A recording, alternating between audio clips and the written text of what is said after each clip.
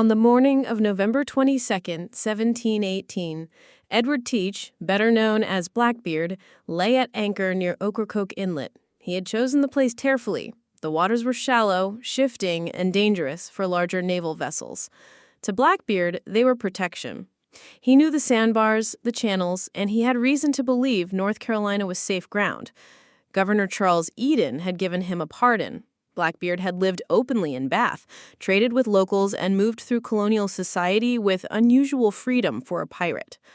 But that protection had limits.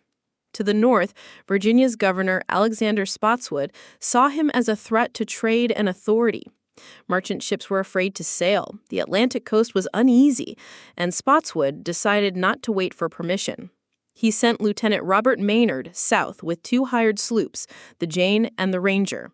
The operation crossed into North Carolina waters, beyond Spotswood's authority. This was not just a naval mission. It was a political gamble.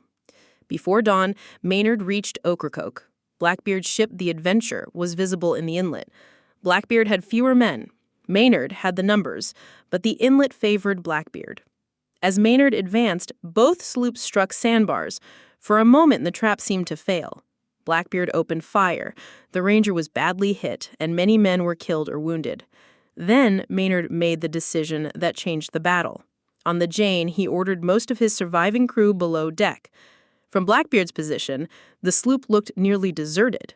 Blackbeard took the bait. He brought the Adventure alongside and sent his men over the rail, expecting a broken crew.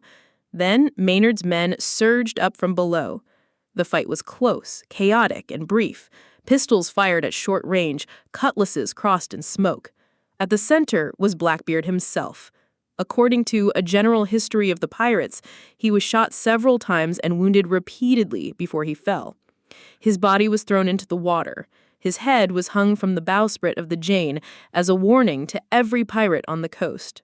The survivors were taken to Virginia and tried. Most were hanged. But the revealing part is not just that Blackbeard died, it is how Spotswood had acted outside his jurisdiction.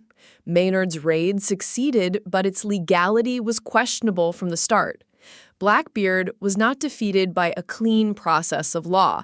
He was defeated by a governor who decided the law moved too slowly.